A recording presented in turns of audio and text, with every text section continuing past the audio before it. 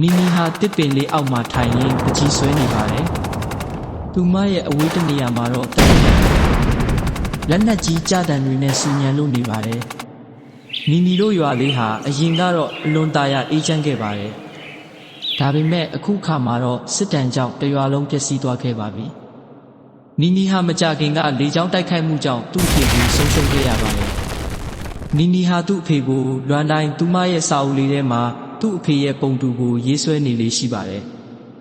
နီနီမှာအဖော်ဆိုလို့ငညိုဆိုတဲ့နွားလေးပဲရှိပါတယ်နီနီဟာငညိုရဲ့ခြူတံကိုကြားတိုင်းသူ့အဖေဆိုနေကြတဲ့ချင်းကိုညီးနေလေးရှိပါတယ်ညတိုင်းဖွားကစိတ်မပူပါနဲ့ຫນွေဦးဟာမကြခင်ပြန်ตายရလာမှလို့နှစ်သိမ့်လေးရှိပါတယ်ဒါပေမဲ့နီနီရဲ့ຫນွေဦးဟာအရင်လိုမตายရတော့ပဲ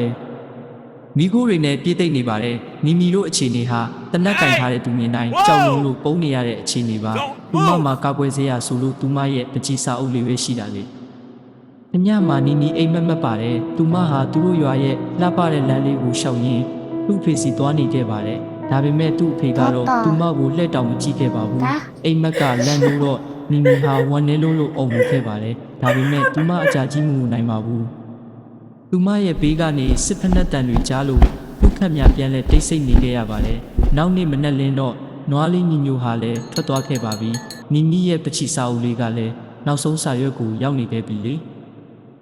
ကျွန်တော်တို့မြန်မာနိုင်ငံဟာအလွန်ကိုတာယာဝပြောခဲ့တဲ့နိုင်ငံမှာဒါပေမဲ့အခုချိန်မှာတော့အာဏာရှင်လူတစုကြောင့်တနိုင်ငံလုံးစစ်ဖြစ်နေပါတယ်ကျွန်တော်တို့လူမျိုးတွေဟာအလွန်ကိုစိတ်ထားလာတဲ့ကူညီတတ်တဲ့ပျော်ပျော်နေတတ်တဲ့လူမျိုးတွေပါကျွန်တော်တို့ပြန်လူချင်တာ